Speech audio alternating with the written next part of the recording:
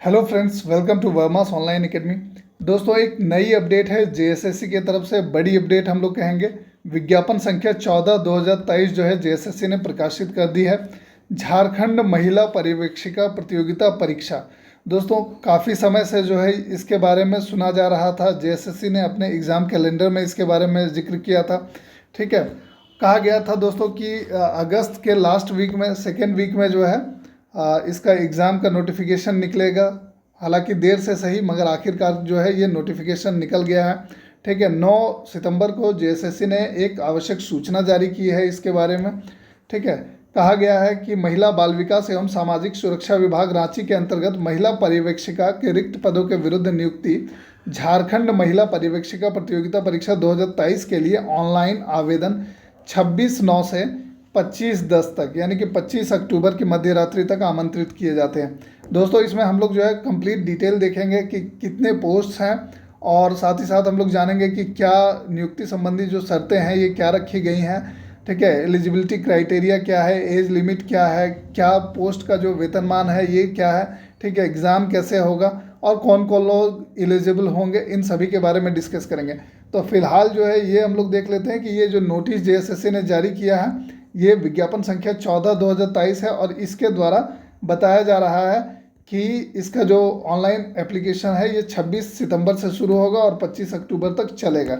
साथ ही साथ दोस्तों, इसके बाद आगे दिया हुआ है कि 27 की मध्य रात्रि तक जो है आप परीक्षा शुल्क का भुगतान कर सकते हैं। फ़ोटो हस्ताक्षर अपलोड करने के लिए जो है आपको, और प्रिंट आउट लेने के लिए 29 अक्टूबर की मध्य रात्रि तक लिंक दिया जाएगा, और 31 अक्टूबर से लेकर 2 नवंबर की मध्य रात्रि तक जो है आप ऑनलाइन आवेदन पत्र में अभ्यर्थी का नाम, जन्म तिथि और ईमेल आईडी और मोबाइल नंबर को छोड़कर बाकी के अगर किसी तरह के अशुद्ध प्रविष्टि हैं तो इनको संशोधित कर सकेंगे।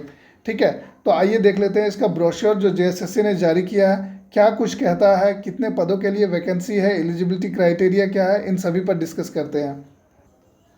हेलो दोस्तों, तो ये जो है इसका ब्रोशर है, आप देख सकते हैं। विवरणिका विज्ञापन संख्या 14/2023 के द्वारा जो है ये प्रकाशित हुई है। झारखंड महिला पर्यवेक्षिका प्रतियोगिता परीक्षा 2023 JLSCE 2023। आइए देख लेते हैं क्या कुछ कहता है ये विज्ञापन। दोस्तों, यहाँ पर जो है क्लियर किया जा रहा है कि महिला बाल विकास एवं सामाजिक सुरक्षा विभाग रांची के अंतर्गत महिला पर्यवेक्षिका पद की संसूचित रिक्तियों के विरुद्ध नियुक्ति के लिए भारत के नागरिकों से विहित प्रपत्र में झारखंड महिला पर्यवेक्षिका प्रतियोगिता परीक्षा 2023 के लिए ऑनलाइन आवेदन आमंत्रित किए जाते हैं। ठीक है, आवेदन जो है आपको ऑनलाइन करना है। परीक्षा शुल्क कितना रखा गया है दोस्तों? परीक्षा शुल्क रखा गया है 100 रुपये। ठीक है, इसमें जो है जो झारखंड के जो ST SC हैं इन कैंडिडेट्स को 50 रुपये का परीक्षा शुल्क का भुगतान करना है। बाकी जितने भी कैंडिडेट्स होंगे इन सभी को जो है पूरा 100 रुपये का पूरा भुगतान करना होगा। रिक्तियों का विवरण हम लोग देख लेते हैं। रिक्तियां जो है वो किस तरह से हैं इसके बारे में। महिला पर्यवेक्षिका का पद है। अनारक्षित कोटि में जो है दोस्तों आप देख सकते हैं 187 पद है। अनुसूचित जनजाति यानी कि ST कैटेगरी के लिए 101 पद है, जिसमें से 2 पद जो है ये आदिम जनजाति के लिए सम्मिलित हैं इसी में से। अनुसूचित जाति के लिए जो है ये 35 पद यहाँ पर जो है संसूचित हैं। BC 1 के लिए जो है दोस्तों 42 पद, BC 2 के लिए 35 पद, और आर्थिक रूप से कमज़ोर वर्ग जो है, ठीक है, EWS कैटेगरी, इनके लिए 44 पद जो है ये रिजर्व्ड है। टोटल हम लोग अगर बात करें तो 444 पदों के लिए जो है ये विज्ञापन जारी किया गया है। इस 444 पद में 9 पद जो है ये खेलकूद कोटा के लिए रिजर्व्ड है। ठीक है, क्षैतिज आरक्षण मिला हुआ है। उसके बाद अंधापन और कम दृष्टि वाले लोगों के लिए जो है 5 पद। ठीक है, बहरापन एवं श्रवण निःशक्तता के लिए 5 पद। चलन निःशक्तता और सेरेबल पैरेसी के लिए जो है दोस्तों यहाँ पर जो है 4 पद, और उसके बाद स्वलीनता या बौद्धिक निःशक्तता एवं बहु निःशक्तता के लिए 4 पद जो है ये रिजर्व्ड है। ठीक है, तो कुल मिलाकर 444 पद हैं। इनका कोटिवार जो विवरण है ये इस तरह से दिया हुआ है। ठीक है, आगे हम लोग देख लेते हैं। यहाँ जो है ये क्लियर किया जा रहा है कि कोटिवार रिक्तियों की संख्या अधियाची विभाग के अनुरोध के आलोक में संशोधित भी की जा सकती है। ठीक है, आगे जो है दोस्तों देख लेते हैं कि इसका जो वेतनमान है ये क्या होगा। दोस्तों, वेतनमान के बारे में यहाँ पर जो है स्पष्ट किया गया है कि पदों का वेतनमान और न्यूनतम शैक्षणिक योग्यता जो है इन दोनों के बारे में यहाँ दिया हुआ है। समूह ख अराजपत्रित का पद है ये महिला पर्यवेक्षिका का पद। ठीक है, group B non gazetted post है। पे मैट्रिक्स लेवल 6 में आता है, ठीक है, यानी कि जो पुराना पे स्केल था उसके अनुसार 4200 ग्रेड पे में आएगा, ठीक है। अच्छा पद स्केल है, अच्छा जो ये पे मैट्रिक्स का लेवल जो है ये अच्छा है। 35,400 से 1,12,400 का वेतनमान होगा। दोस्तों न्यूनतम शैक्षणिक योग्यता जो है ये सरकार द्वारा मान्यता प्राप्त संस्थान से वैलिड होगा। कहा जा रहा है कि मान्यता प्राप्त विश्वविद्यालय या संस्थान से समाजशास्त्र, मनोविज्ञान या गृह विज्ञान विषयों में स्नातक महिला, यानी कि दोस्तों महिला होना चाहिए और स्नातक होना चाहिए कौन कौन से सब्जेक्ट में, समाजशास्त्र, मनोविज्ञान, ठीक है, या गृह विज्ञान, इन तीनों विषयों में से किसी एक विषय में जो है ये स्नातक होना चाहिए, ठीक है। न्यूनतम शैक्षणिक योग्यता के बारे में कहा जा रहा है कि आयोग में आवेदन प्राप्त होने की अंतिम तिथि तक वांछित न्यूनतम शैक्षणिक योग्यता जो है ये उत्तीर्ण होना अनिवार्य रखा गया है, ठीक है। रेफरेंस डेट जो है ये उसी को माना जाएगा, ऑनलाइन आवेदन की जो तिथि है इसको, ठीक है। अब यहाँ पर जो है दोस्तों खेलकूद कोटा आदि के बारे में विवरण दिया हुआ है, ये सारा चीज़ आप लोग देख लेंगे अगर आपसे जुड़ा हुआ है तो, ठीक है। नीचे डिस्क्रिप्शन बॉक्स में मैं इसका लिंक आपके लिए प्रोवाइड कर दूंगा, वहाँ से आप पूरा जो PDF है एक बार जरूर देख लेंगे। आयु सीमा की बात कही जा रही है, आयु सीमा क्या रखी जाएगी, महिला पर्यवेक्षिका का पद है। और दोस्तों आयु सीमा की गणना का जो संदर्भ तिथि है न्यूनतम के लिए तो ये है 1 अगस्त 2023, ठीक है। 1 अगस्त 2023 को जो है जो भी कैंडिडेट हैं उनका आयु जो है ये मिनिमम 21 वर्ष हुआ होना चाहिए, ठीक है।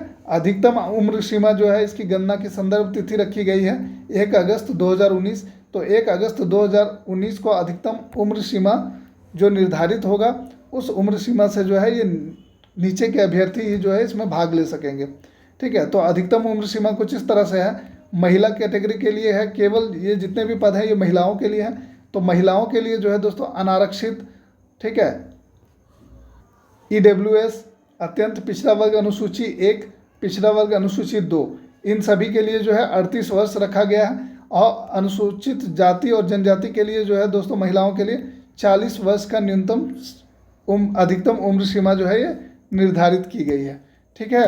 उसके बाद जो है यहाँ पर निःशक्त अभ्यर्थी जो हैं उनको अधिकतम उम्र सीमा में 10 वर्षों की अतिरिक्त छूट भी दी जाएगी, ठीक। आगे हम लोग देख लेते हैं जो सुविधा आदि के बारे में दिया हुआ है, ये सभी आप लोग देख लेंगे नीचे डिस्क्रिप्शन बॉक्स में, जैसा कि मैंने बताया कि आपको लिंक प्रोवाइड कर दिया जा रहा है, ठीक है। तो PDF आप लोग देख लेंगे। जाति प्रमाण पत्र के बारे में दिया हुआ है कि जाति प्रमाण पत्र जो है ये किस लेवल से निर्गत होना चाहिए, ठीक है। ये सभी जो प्रमाण पत्र हैं इन सभी के बारे में यहाँ डिटेल्स दिया हुआ है, एक बार ज़रूर देख लें। आगे जो है हम लोग देख लेते हैं दोस्तों ऑनलाइन आवेदन भरना और सबमिट करना यहाँ पर दिया हुआ है, किस तरह से आप ऑनलाइन आवेदन कर सकते हैं। JSSC के ऑफिशियल वेबसाइट पर जाना है, ऑनलाइन एप्लीकेशन JLSCE 2023 को क्लिक करना है और उसके बाद आप अपना रजिस्ट्रेशन शुरू करेंगे, ठीक है। और उसके बाद जो है दोस्तों ये पूरा प्रोसेस जो है यहाँ पर एक एक करके समझाया गया है, ठीक है। उसके बाद जो है आगे हम लोग देख लेते हैं जो इम्पोर्टेंट डेट्स हैं इनके बारे में एक बार फिर से डिस्कस कर लेते हैं। रजिस्ट्रेशन जो शुरू होगा ऑनलाइन एप्लीकेशन का ये शुरू होगा दोस्तों 26 सितंबर से प्रारंभ हो जाएगा और दोस्तों ये चलेगा 25 अक्टूबर की मध्य रात्रि तक, ठीक है। जैसा कि हमने अभी पहले डिस्कस किया था कि 26 सितंबर से ऑनलाइन आवेदन शुरू होगा और 25 अक्टूबर की मध्य रात्रि तक चलेगा। तो यही चीज़ यहाँ पर फिर से क्लियर किया जा रहा है। रजिस्ट्रेशन करने के बाद जो है आपको परीक्षा शुल्क का भुगतान करना है। इसके लिए 27 अक्टूबर की मध्य रात्रि तक जो है ये लिंक अवेलेबल रहेगा। उसके बाद फ़ोटो और हस्ताक्षर अपलोड करने के लिए जो है और आवेदन का प्रिंट आउट लेने के लिए 29 अक्टूबर की मध्य रात्रि तक का आपको समय दिया जाएगा। उसके बाद जो है दोस्तों 31 अक्टूबर से लेके जो है 2 नवंबर की मध्य रात्रि तक आप ऑनलाइन आवेदन पत्र में अभ्यर्थी अपना नाम, जन्मतिथि, ईमेल आईडी और मोबाइल संख्या को छोड़कर बाकी अगर किसी तरह की अशुद्ध प्रविष्टि हो गई हो तो इसके लिए आपको ये लिंक फिर से दिया जाएगा, ठीक है। यानी कि आप फिर से उन सभी को सुधार कर सकेंगे।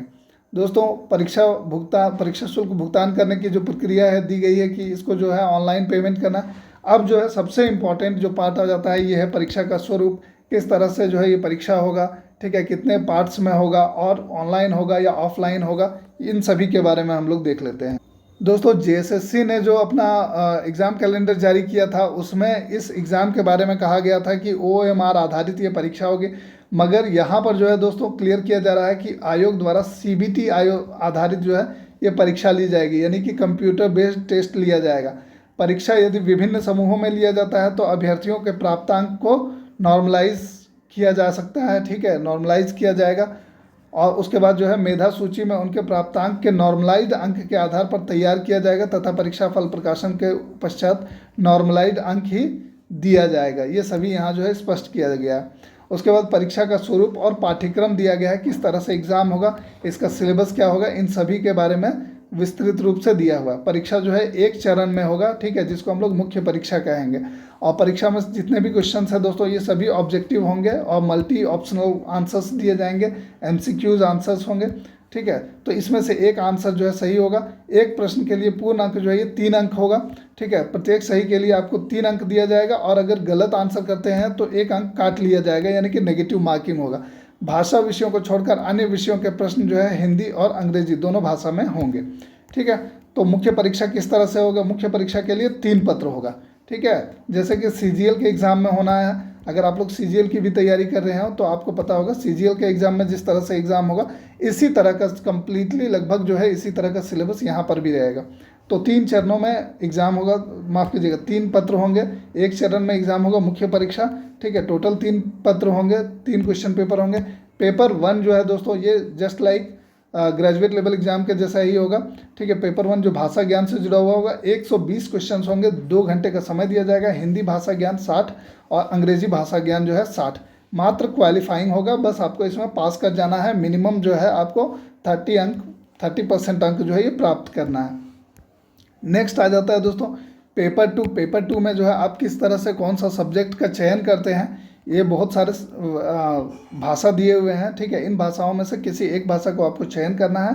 जनजातीय और क्षेत्रीय भाषाओं में से हिंदी, अंग्रेजी, उर्दू, संथाली, बंगला, मुंडारी या मुंडा, हो, खड़िया, कुड़ुख, ठीक है, कुरमाली, खोटा, नागपुरी, पंचपरगनिया, उड़िया, संस्कृत, इन सभी में से किसी एक भाषा को आपको चयन करना होगा फॉर्म भरते समय, ठीक है। और इसमें 100 क्वेश्चंस पूछे जाएंगे और इन 100 क्वेश्चंस का जो है आपको आंसर देना होगा। मिनिमम जो है ये 30% अंक प्राप्त करना जो है ये अनिवार्य रहेगा, ठीक है। और इसका जो मार्क्स है दोस्तों ये मेधा सूची के लिए कंसिडर किया जाएगा, तो इसको भी ध्यान से आपको तैयारी करनी होगी। पेपर 3 जो है दोस्तों, पेपर 3 के बारे में कहा जा रहा है कि तकनीकी या विशिष्ट विषय एवं सामान्य ज्ञान की परीक्षा। दोस्तों कुल प्रश्न जो है ये 150 होंगे, 2 घंटे और 30 मिनट का जो है समय दिया जाएगा, यानी कि टोटल 2.5 घंटे का समय दिया जाएगा। 150 मिनट का समय होगा, 150 क्वेश्चन होंगे। तकनीकी या विशिष्ट विषय जो आपका विषय है, ठीक है, जो आपका टेक्निकल सब्जेक्ट है उस सब्जेक्ट पर आधारित 100 प्रश्न होंगे। सामान्य अध्ययन पर आधारित जो है ये 20 प्रश्न होंगे। सामान्य गणित पर आधारित 20 प्रश्न होंगे और सामान्य विज्ञान पर आधारित जो है ये 10 प्रश्न होंगे। और मिनिमम आपको 30% अंक प्राप्त करना अनिवार्य होगा। यहाँ पर जो है जो सबसे इम्पोर्टेंट भाग है इसको आप ध्यान देंगे कि पत्र 1, पत्र 2, पत्र 3 प्रत्येक में जो है न्यूनतम हर्तांक जो है ये 30% अंक प्राप्त करना अनिवार्य होगा। इससे कम अगर अंक प्राप्त करने के लिए करने वाले अभ्यर्थी जो हैं उनको नियुक्ति के लिए असफल या अयोग्य माना जाएगा। ऐसे अभ्यर्थियों को पत्र 2 और पत्र 3 का मूल्यांकन नहीं किया जाएगा। इसी तरह यदि चिन्हित क्षेत्रीय या जनजातीय भाषा के पत्र 2 में 30% से कम अंक प्राप्त करने वाले अभ्यर्थियों के प्रश्न के पत्र 3 का मूल्यांकन नहीं किया जाएगा, ठीक है। मुख्य परीक्षा का पाठ्यक्रम दिया हुआ है। हिंदी भाषा का सिलेबस जो है ये किस तरह से होगा, अंग्रेजी भाषा का सिलेबस किस तरह से होगा, ये सभी आप लोग देख लेंगे, ठीक है। उसके बाद जो है तकनीकी जो विषय होगा उसका सिलेबस जो है ये यहाँ पर दिया हुआ है कि परिशिष्ट 13 में संलग्न किया हुआ है, तो आप नीचे जाके जो है उसको देख सकेंगे। सामान्य अध्ययन के बारे में दिया हुआ है कि किस तरह का सिलेबस होगा इसका, ठीक है। जीके जीएस का सिलेबस है ये।